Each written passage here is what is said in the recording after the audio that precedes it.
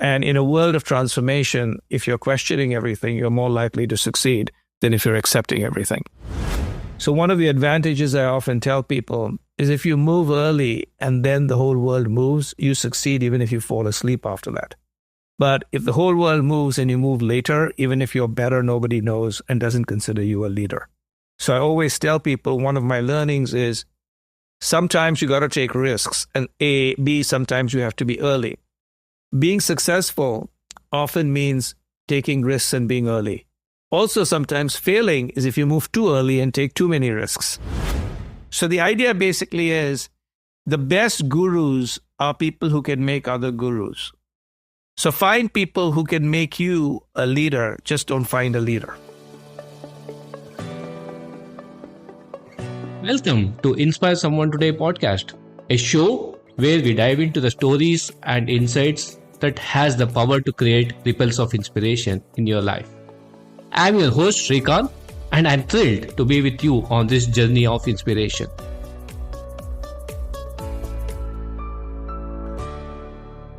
New year, new episodes, new guests.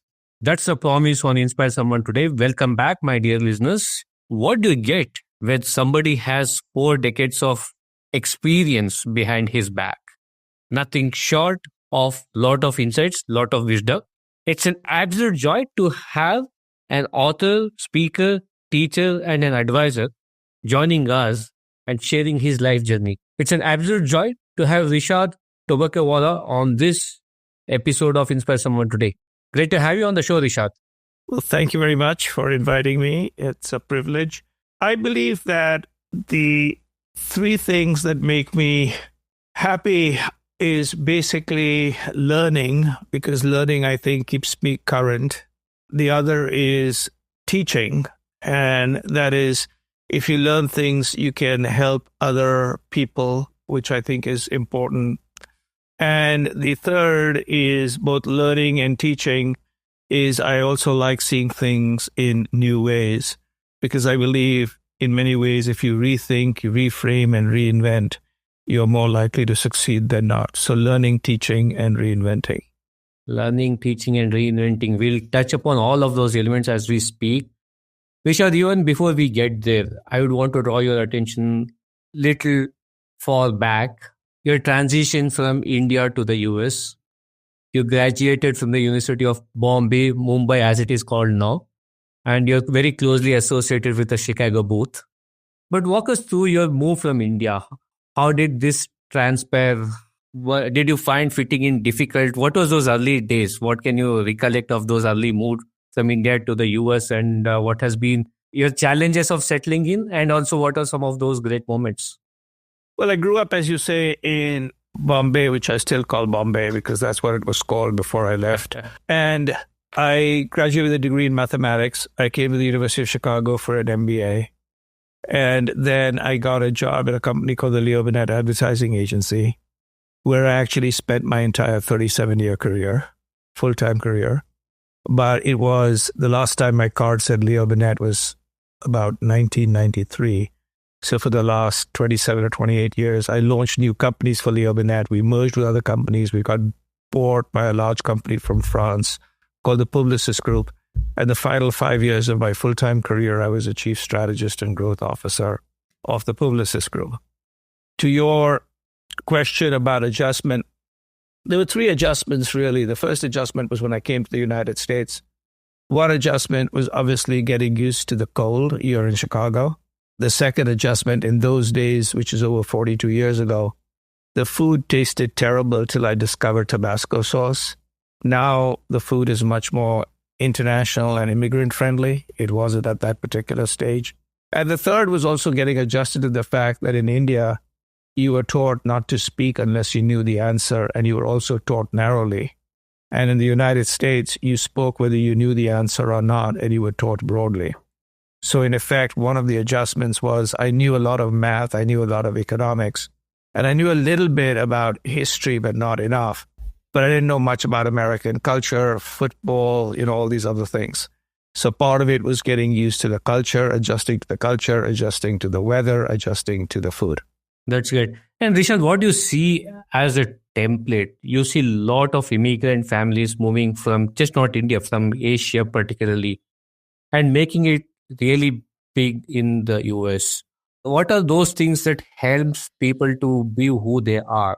Are there any special elements that will unearth the potential there, or is it just the environment out there that helps people to kind of find themselves?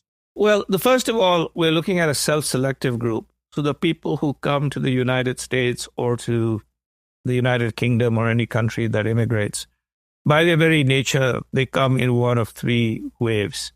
One is they come as students. And in order to get into these universities, some of the best students from India come to these universities. So you've already got people who would be successful anywhere. Okay. Second is people who take significant risks, uproot their families, and are by their very nature very entrepreneurial and risk-taking. So if you don't come as a student, you basically say, I'm going to go and move there. Now, those were more in the 60s and 70s when there were doctors and other things in 80s. Third is you join your family here and you uproot yourself from India and you come to a country where you don't know anybody. So by its very nature, you're looking at a self-selective group, a group of people who are more pioneering, a group of people who are more courageous, and a group of people who might be more educated. They're different groups, but they're interesting. So when they come here, you've already got a self-selecting group. Then you have three other things. A, you come here as a student and you have expectations. You're taught well in India on how to learn. And here you basically recognize how expensive the education is. So you place a great emphasis on making sure that your parents or your relations' money is not wasted. So you study really hard. If you come here as a entrepreneur, you and your family work hard. Many often, the entrepreneurs from India, not all of them, some of them obviously start software companies and everything else, but many of them basically start or work, in hotels, motels, Dunkin' Donuts, Subways, okay? They work as families, they work really, really hard. So it's not like that the Indians in the United States all become, Sundar Pichai and Satya Nadella, right? They're Indians who become everything, or immigrants that become everything. And the other one is there's an advantage for all immigrants. There's lots of disadvantages. You look different, you have to adjust. Sometimes people don't like you. But outside of these three advantages, there's one other advantage, which is an immigrant looks at things from an outsider's perspective. So they question everything. And in a world of transformation, if you're questioning everything, you're more likely to succeed than if you're accepting everything.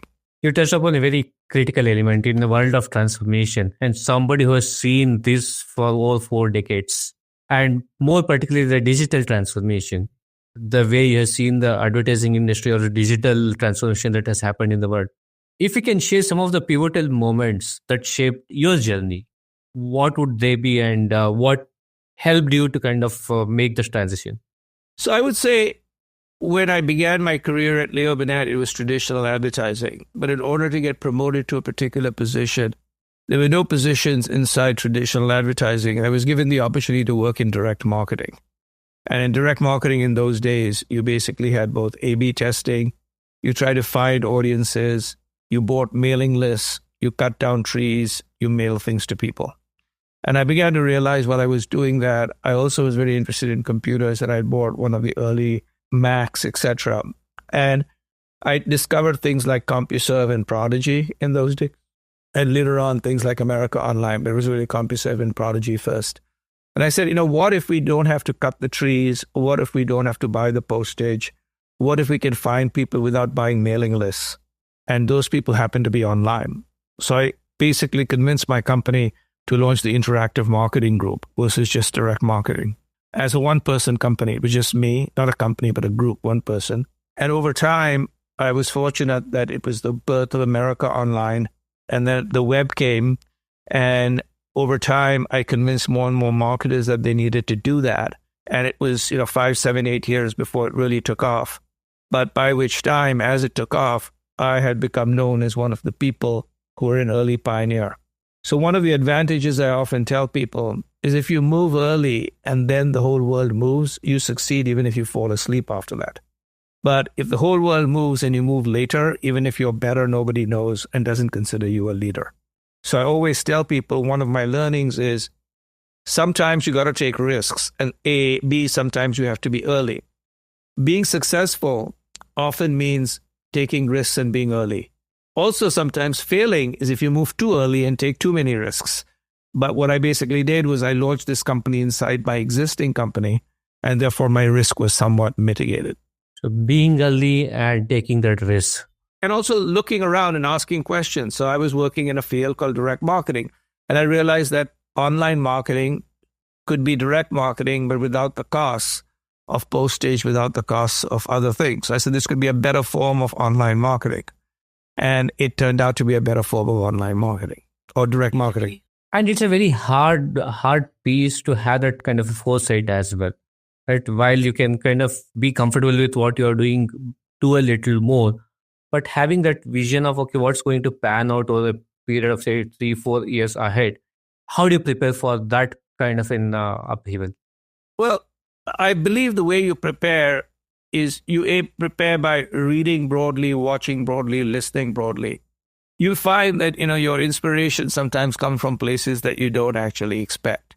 Or your ability to tell a story is you sometimes say, hey, this thing is like that thing. So for instance, because I knew direct marketing, if I had not seen direct marketing, I couldn't explain why I wanted to launch the interactive marketing group. If I was in traditional advertising, where I was basically advertising on the Super Bowl to millions of people, what sense would it make to go to a media that had no video at that time and that reached 1 or 2 people? It made no sense from that sense. But because I was doing direct marketing, it made sense from that perspective. So often I tell people is think outside of your own field, because sometimes the biggest opportunities and threats come from outside your own category or in your own field. So that is basically talking to people, listening to people, watching. That's one. Second is eventually you are trying to convince people, once you even have that vision, you have nothing to show because it's early. You can't say, here's an example, right? So people always say, I won't do it till there's an example. Well, there has to be a first, second, third, fourth example. Maybe you can be that. So instead, what you do is you tell stories about other categories where people moved early and what the benefits of those were. So you need to basically have the ability to think outside the box, but at the very same stage, you have to be able to tell stories. I'm a big believer that storytelling is the way you convince people, because when people are trying to do new things, there's no data. There's just storytelling. Yep. There's no data, but storytelling. I want to draw your attention on your much acclaimed newsletter. The future does not fit in the containers of the past. 30,000 subscribers every week. That's some numbers. And you have been doing this for consistently how many years now, Rishad? So yesterday I published 228th week in a row. So it's 4.5 years. So at 260, I get to 5 years. So it's exactly 4.5. It's getting closer to 5 years than 4 years. That's hats off for your consistency and dedication. So I want to kind of have you talk about where did this whole thought come from? The future does not fit in the contents of the past. What do you mean by that? And what is your word of wisdom for all of our listeners on this subject? So my philosophy is basically this. What I began to realize is when I was starting my new interactive marketing group, that the way my current organization was organized, how we were paid, who did what, where we hired, were all basically optimized for the current television and magazine marketplace. And I began to realize that many companies, they try to do new things with the old models. So it's the equivalent of trying to fly with a train, right? So you can say, hey, the future is flight. But if your future is flight, you're going to have to design an airplane. You're not going to be able to put wings on a train and fly a train. You're not going to be able to say, I am going to take off from a rail line, right? You're going to have to build a runway. And so anytime you see something new, it basically questions the old way of doing things. But the old way of doing things is also the way organizations are designed to do something. So if you are doing this thing, your entire organizational structure, your incentive structure is to do this thing. Now, when you want to do that thing, often you have to completely come up with a new way of hiring people, a new way of working. So for instance, we basically began to realize that in the traditional world, you could separate the idea development from the production. So you could come up with a creative idea, then you'd go to LA and somebody would make it for you. In the digital world, it's all done on a computer. One person comes up with the idea and then programs it and puts it out. So if you have that structure, then it doesn't work in the old model. So that's the reason I came up with the future does not fit in the containers of the past. And I want to draw two elements of your newsletter. One, you alluded to the recent recent article that you carried out. If you can quickly touch upon that, the 6 keys to career success. And the other element, which is the talk of the town now, is we are in the AI age.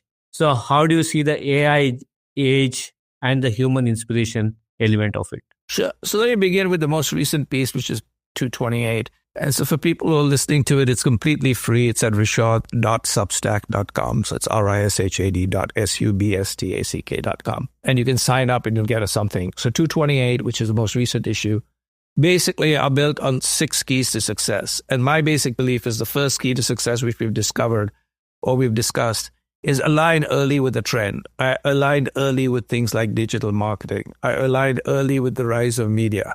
I've also aligned early with what AI is going to do. So that's number 1. Number 2, in addition to basically moving early, you want to basically also recognize that the people you work for are as important as the company you work for.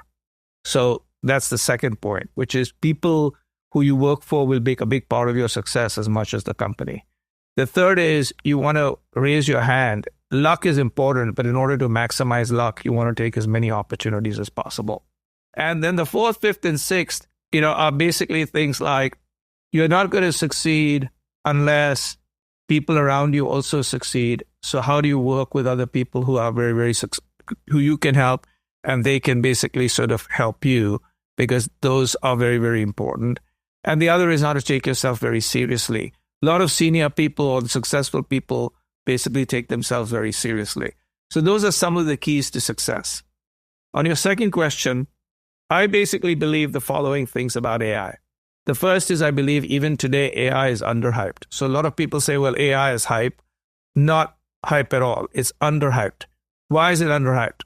One is because it's changing so fast and it's doubling in capacity every 6 months. So if anybody who's paying attention, in the last 10 days, Google has introduced 5 new initiatives globally utilizing their Gemini platform.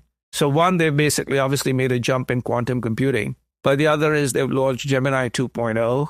They've launched a program called Astra that basically gives you the ability for the machine to know where you are. They have launched a deep reasoning program called Mariner. They've launched a massive breakthrough in video creation called VO2, and they've launched a improvement in image creation called Imagine 3. All of these 5 things were basically introduced in the last week. And all of them are at the current time better than anything that Anthropic or OpenAI have. Now, next week, someone else will come up with something even better. These things become better, faster, and cheaper. So as a result, we're moving into a world where initially computing costs went down to 0. Then we ended up with cost of distribution going down to 0. Just think about the fact that you and I creating a podcast, you are in India, I am in the United States.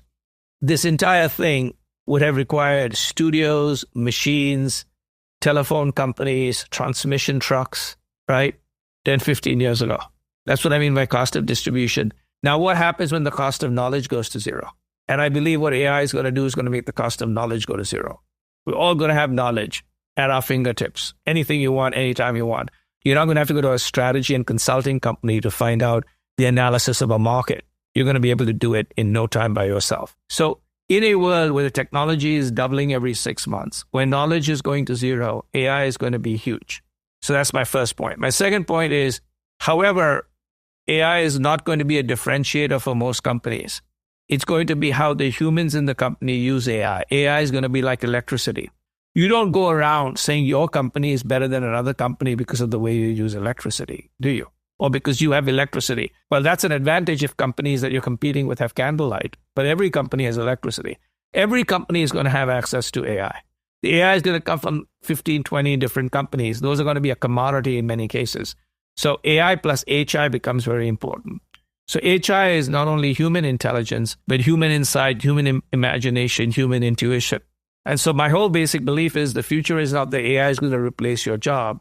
It's AI plus HI is going to make you much more powerful. And I think AI should be named augmented intelligence because it augments us versus artificial intelligence. That's a very nice way of putting it across. I think something for each to kind of look into. But what strategies can individuals or organizations adapt in the midst of so much of rapid changes happening to AI? You mentioned about HI. How do you bring the interface of the two? Well, I think there are three key things you have to do. The first thing you want to basically do is embrace, adapt, and complement AI. So it's very easy to learn about it. I've written a piece. One of my pieces is called How to Upgrade Your AI Quotient in my Substack. Read that. And as I tell people, read that, do that, and you learn about this faster than going to any class or going to some consultant and spending hundreds of thousands of dollars. And you don't have to do that. I tell senior people, take an hour every day, do this for 30 days, you'll know a lot. Okay? So one is you got to embrace it. Then as you embrace it, you'll start to say, what do I do different in the future because of what I now know I can do? So how do you adapt your operation? You may want to do less of certain things because the machines can do it more of certain things. And then complement, which is how do you actually complement? So for instance, many, many years ago, people basically said you should learn code and you should learn Mandarin. That's what people would say. Your kid should learn code and your kid should learn Mandarin. Well, your kids don't have to learn Mandarin. In fact, the Chinese are stopping to learn English because they're using translation on their phone, AI translation. And code is going to be increasingly, they're obviously going to require software engineers and code people, but they're going to have to be really, really sophisticated because a lot of the base code is going to be written by AI. So for instance, on GitHub, which is Microsoft's, they right now have 150 million different people using GitHub to write code. The CEO of GitHub basically says by the end of the decade, there'll be 1 billion people just utilizing, GitHub, which is like basically the difference is this. If you had to build a house from scratch, it would be very difficult if you had to imagine everything. But if you had to build a house and people gave you Lego pieces, it's a little bit easy. That's a very beautiful way of putting it. That's what AI is going to basically do. There are obviously going to be people who know how to use Lego pieces better than anybody else. So it doesn't mean that software engineers and coders aren't going to be important. But the importance of learning code or the importance of learning Mandarin has disappeared in the AI age. So that's the key thing. The second one is, that's why my basic stuff is you have to learn about AI. Second is, once you learn about it, embrace and adapt. The second part of it really is to basically think about not only how do you become more efficient because you're going to be able to do things faster or effective, but how is it going to change your very business? Is what I call existential risk. What do I mean by that? When the digital world came around, the newspapers basically thought they could keep being newspapers. But what they didn't realize is the risk to newspapers wasn't that they could use algorithms to make their trucks go faster or to make their printing presses work faster. The risk of digital is it meant that there was no need for printing press or for trucks because you didn't need a printing press in the digital world and you didn't need a truck to deliver it. It was delivered over the internet, right? So what AI is going to do is it's not going to take just your current business and make it more efficient and effective. AI might mean that you have to reimagine your entire business. So one is you've got to obviously embrace, adapt, and complement. Second is you have to think about how you reinvent your business, not just be more efficient and effective. And the third is you basically have to invest in training, including yourself and your teams on HI. Because the reality of it is, if you don't train your people, a company with trained people will beat you using AI. I don't care how smart you are, you're going to get beaten.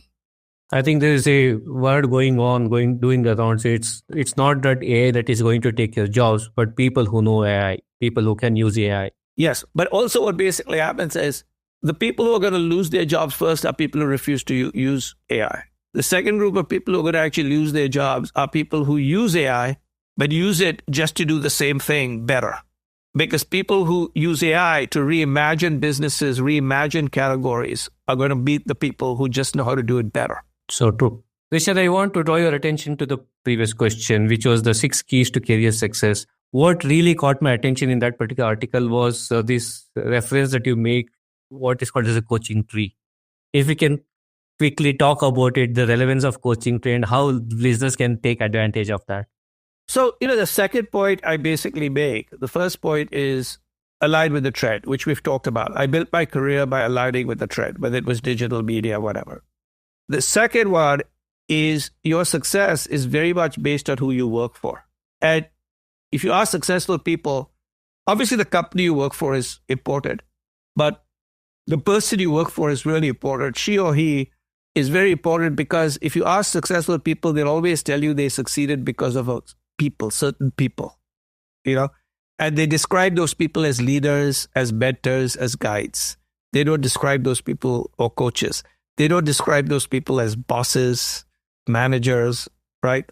So as coaches, and in the world of almost every sport, but the image I gave you was in the world of football, what people basically look is the coaching tree. If you're a coach, you have assistant coaches and you have players. 5 years later, where are the assistant coaches and where are the players? So a coach that builds other coaches, or players that become coaches. So there's a gentleman called Bill Walsh who used to coach a team called the San Francisco 49ers. Today, there are 32 teams in the NFL. 20 of the head coaches of those 32 in some way were connected to Bill Walsh. So the idea basically is the best gurus are people who can make other gurus. So find people who can make you a leader. Just don't find a leader. Wonderful. So we have one guru amongst our midst now. So I'll ask this question to the guru. From restoring the soul of business to rethinking work, how has the world evolved? What have you seen from your lens? And talk to us a bit about rethinking work. And congratulations on your new book that is getting rolled out in Feb 2025. Yeah. So the first thing is, for people listening to this, please go buy my book, because most of this audience is in India. And the first day that my book is launched in the United States is Feb 4th, 2025. The only country which will have it available also on Feb 4th, 2025 is India. Okay, it's going to be United States and India. And I insisted on India because that's where I grew up, and I got fed up of getting movies and books 1 year later, 2 years later. So I said, when I write books, it's got to be available the same day. It's going to be available in Europe in March, right? But it's going to be available in India Feb 4th. So please make sure that you go buy, the book. It's called Rethinking Work. And it's, in addition to book form, it's going to be available, obviously, electronic form, Audible, Kindle. Now, with that being said, my first book, which came out 5 years ago, was called Restoring the Soul of Business, Staying Human in the Age of Data. It sells a lot well today because people read the subtitle not as Staying Human in the Age of Data. They read that subtitle now as Staying Human in the Age of AI, which we just discussed. My first book ends with a chapter on AI 5 years ago. But it basically talks about the things that companies have to do to become successful, which is managing change, how to keep learning. So a lot of what we've discussed makes a lot of sense in the AI age. Now, the big difference between the 5 years ago and today are two big differences that have happened. One is AI has gone from being a speculative idea, though there was a lot of AI happening 5 years ago. But it was ChatGPT 2 years ago that really gave a boost to this thing. AI has gone from being interesting to being mainstream, and everybody talks about it. But the second thing that's happened in the 5 years is we've gone through COVID. And what COVID did was it basically made people realize that in 2019, we were working pretending we had 2000 technology when we had 2019 technology. What I mean by that is in March of 2020, companies could work perfectly well from home using technology they already had. And what that meant is if you combine the fact that you can now, because of COVID, people can work from anywhere utilizing technology, and AI allows you to do completely new things in completely new ways. I think a combination of, and the way people were also doing in those days is they were beginning to recognize there were marketplaces. So they were basically utilizing, when they were sitting at home, they were using Shopify to set up stores, Etsy, Amazon, right? People were basically saying, I can go, use this e-commerce grocery store to get stuff in here. There was a rise. So now what we have is we have a world 5 years later of new ways of working, everyone accessing marketplaces, a lot of people doing side hustles and side gigs, AI technology. And that began to make me realize that work was going to be very different. But what was happening to me was, not to me, but I was thinking about it, is what makes a human being happy? Okay. Now, a human being is happy. Usually 3 things are going right. If you ask me, there are 3 things that are very important. First is if your health is okay, right? So if you're okay physically, health-wise, you tend to be happier than if you obviously are in pain, suffering from a disease. Second is the quality of your relationships, right? If you've got good family relationships or you've got good friends and you feel connected, you seem to be happy. Third is meaning and purpose at work. Whether you like your work, what you do at work, whether you like your boss, how do you do work? Those are the 3 things. You ask someone else happy, they'll basically say, I'm happy because I'm physically happy, my family is fine, my work is good. Now, the other thing that's really interesting is as you get older, when people stop working, they get sicker faster because work gives you meaning. And at the very same stage, if you're happy at work, you tend to have good relationships, not only at work, but you have money to look after your family and you don't get frustrated and you don't kick the dog or cat when you go home. So in many ways, while the 3 things which are health, relationships, and work are important, work is very central to the human experience. And what happens if in the next, between 2020 and 2029, work changes more in those 10 years than it has in the previous 50 years? So that's what my book is about. That work is going to be so different, and companies, societies, and individuals are not prepared for what's about to happen. And so what it basically has is my book has 3 sections. The first section talks about the 5 forces that are going to change work. So I'm going to convince you that work's going to be different. The next 4 are things that you have to do right now, like AI, like rethinking about how you think about the office, things like that. And then the next 5 chapters are how to rethink the strategy of the firm, how to recalculate the financials, how to retrain the workforce, how to reorganize the company, right? All of those things. And people who have read it, it's going to be available, but they're advanced copies, obviously. And when I was writing it, I had CEOs and other people read it. In 220 pages, it actually prepares you for the future. So it's a book for anybody. And I've written it in a way that it works in any country, any job, any level. Okay? Because it says these are the fundamental things. Now, there may be certain chapters that certain people might like more. So for instance, if you're a financial professional, there's one chapter that you might like more. And if you're not a financial professional, you might like it a little less, right? But it's for everybody, whether you're a student or you're a CEO of a company. I think it's a good antidote for us to kind of get started at the start of the new year with so many changes happening around. How do you rethink work, reimagining work? So couldn't have asked for a better time for the release of this book, Rishad. So slightly shifting gears here, we are talking about work, impact of AI. The future does not fit in the containers of the past. One area that is slightly different from what we have been talking and very intriguing is the phrase, the art of repair. So somebody listening to this might say, okay, where did this come from? And that's exactly how I felt when I kind of stumbled upon this particular article, the art of repair, particularly the 6 pathways that you have described as part of this. So if you can walk us through that, give us some anecdotes, share some things that the listeners can kind of imbibe and start implementing it, Rishad. Sure. So the way to think about this is that all of us as human beings don't recognize this, but we always need to repair ourselves because we are constantly being challenged. We're constantly being, what I would say, losing. Like sometimes you basically lose and you say, what happened? Relationships break, etc. So the thing was basically, my thought was that, hey, look, there is a big thing on repairing ourselves. And I basically said there are 6 ways of doing it. So, when anybody is like down, like let's say you've had a loss, you've had a personal loss, you've had a loss in job. Let's say you've played a game and you've lost, like you feel bad. How do you sort of repair yourself? And to me, there are 6 things that I talk about. One is poetry.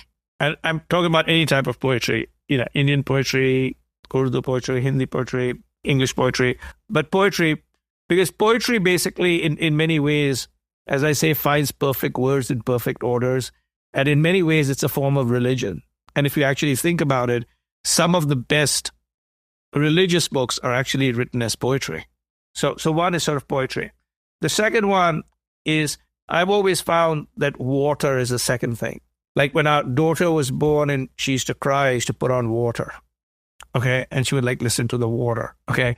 Or you look at water. So if you see a body of water, you see a river, you see a lake, you see, the sea, you feel a little bit sort of comfortable. The third is to accept, there's a Japanese term called wabi-sabi, which is to accept that the world is imperfect, impermanent, and incomplete. Human beings always basically look at the gap. What's perfection and how am I short of perfection? And then you basically get all worried about, I could have, should have, would have, and you make yourself miserable. But human beings and human relationships are imperfect, incomplete, and impermanent, right? Which is, you will always make mistakes. That's number one. You are going to die. Number two, right? If you do this, that means you can't do that. Okay. And so the whole idea basically is to recognize that. So wabi-sabi is a sort of a recognition of that, which is from Japan. The other one is a thing called kintsugi. And kintsugi is a very interesting thing, which is the reason you are who you are is in many ways not just because of your success, but how you overcame failure. So the whole idea basically is people who are successful are people who have actually overcome failure, because we all tend to fail. And in many ways, if you take risks, like, I can tell you that, okay, my career sounds interesting and it's great, but everywhere along, I used to have setbacks and I figured out how to separate. So there's a thing in Japan called kintsugi, which is what happens when a jar breaks or a bowl breaks. They put the pieces back together, but they don't put it together in a way that nobody knows it's broken, right? Where you stick it together so it looks like perfect. They actually put gold between the places where it broke. So now it shows where it was broken, but now it looks even more beautiful. Okay. So if somebody just, types it KINTSUGI, kintsugi, onto Google and look at images, you'll see what I mean. So the idea is the fact that you have been broken from time to time, actually, and you repair yourself, makes you who you are versus something else. The other one is obviously gardens, walking around gardens. And then the last one really, in addition to that, is when you are coming to an end, you're stopping a relationship, you're ending a job. The idea basically is not to leave in a huff, not to cut, but to untie. Because when you untie, it doesn't cut you, it doesn't cut the other person, and you can tie back again. So leave elegantly, as I basically say. And the reason I've given these 6 is all these 6 can be done by anybody, anywhere in the world without spending 1 rupee or $1. Poetry is free. You can go onto the internet, right? And you can go to poetry.org and you can all the poetry in the world. Somewhere there is a garden near where you live. Somewhere there is water. If there's no water, start a tap. You can repair yourself. You don't have to go and get somebody else to, repair yourself, right? If that makes sense. And you can be very careful about how you end things. So all of these things are, and it was a very popular piece. And it just so happened that I wrote it the week after Trump was reelected in the United States. And out of my 30,000 people, about 15,000 people are United States people. The other 15,000 are outside the United States. And half of those 15,000 people were very upset at the election, right? Because half the country wanted one person, half the country wanted the other person. So the one half of the country was like, needed repairing, right? And many of them were writing things like, I'm never going to talk to anybody who voted for Trump, right? And my old stuff is like, that's a silly way of talking about relationships. Like, it's basically saying, I'm never going to vote for anybody who chose the color red as their favorite color. Like, why? I love how you have articulated this. One, how did you even kind of arrive at what you are at? This, the whole subtitle of this is Finding Strength in Imperfection. And what has been your own practices around this? Here's what happens is every one of us, every human being wants perfection, wants 100% success, and ideally wants, if we think really hard, we really believe that we are the center of the world and everything is right with us and everybody else is messed up. So I often tell people, I don't need any law. I just need law to control other people. I'm perfect. Okay. But we all think that way. And so one of the key things is there's a very famous philosopher called Schopenhauer who basically said we spend so much of our time thinking about the things we don't have versus thinking about the things we have. There's always the gap.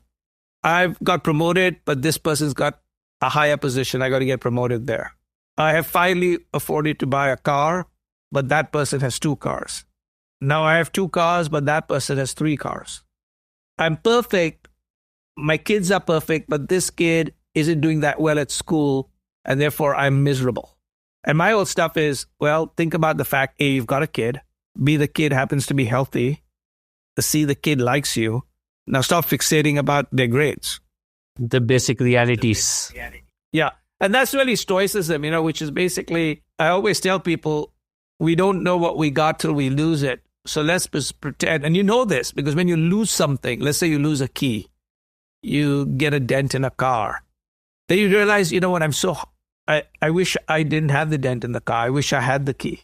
You always had the key. You always had the car, but you took it for granted. And so the whole idea is human beings constantly look at the next thing and they don't care about what they have. Now, that's also the reason why humanity moves ahead. It's not like just being self-satisfied like a cow but be from time to time recognize that if you're going to be a pioneer, if you're going to try new things, you are going to fail more often than many people. And if you can't repair yourself, or as I basically say, and this is not a religious thing, but I basically say every morning when you get up, you can practice daily resurrection.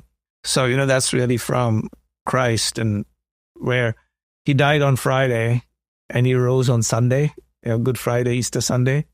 So he was resurrected. I said, every night you go to sleep, in the morning you wake up, it's a new life. Practice daily resurrection. That's a great way to kind of put it across. For somebody who has accomplished so much, who has seen the world over decades, how do you build such perspectives? And what practices does Rishad does to build on these kind of perspectives? Well, I believe there are 4 or 5 practices, and all of the practices are possible for everybody everywhere in the world. So these are not practices that require being in a particular country, having great wealth, or any of the sort. So the first thing you want to basically do is allocate an hour and a half or an hour every day to learn. Learn anything. In order for you to be a teacher, you have to be a student. In order for you to get better, you have to learn. So spend an hour learning. So I get up every morning at 4:30 and I study from 5 to 6. Not every day, but most days. So that's number 1. Number 2 is try to make sure that you see lots of different dots. So try not to only be thinking about your company, your friends, your city. Think outside. I travel a lot. I watch a lot of movies. I go to a lot of plays. I read a lot of books. I talk to a lot of different people. That basically expands your mind. That's the second thing you can do. The third thing that you basically do is find yourself teachers, right? Find yourself mentors. Find yourself people who can teach you things. So in my book or my piece on how to learn about AI, I basically said, here are people that you can learn AI from. I didn't say I'm the teacher of AI. I said, here are the people that I pay attention to. Here are the things I use. So I'm showing you who the teachers are. I might be a teacher that can point you to teachers, but there are lots of teachers, and all teachers have teachers. That's the third one. The fourth one, to a great extent, is be very patient and recognize that it takes a lot of work sometimes and effort to get to a particular place.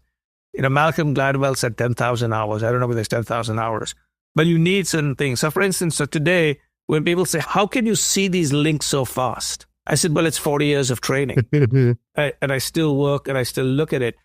And the fifth one is to be persistent. And persistent means this thing, which is part of fourth, is people say, wait, you have written 228 Sundays in a row.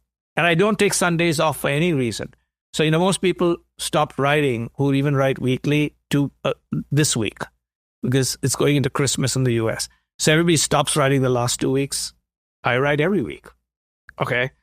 Because that's like thing. And the last one, which is very, very important, is, and this is the one that half of this you can do, half of this you have to be a little bit lucky at, but not completely lucky. One half of it that you can do is you want to basically try to find a world where people both like you and kick you at the same time. Okay. Mm-hmm. So in my particular case, like my wife and daughters are like that.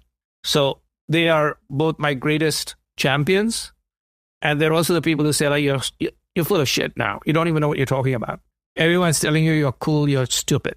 So you need that a combination of friends or family who simultaneously are supportive, but people who tell you the truth And brutally honest.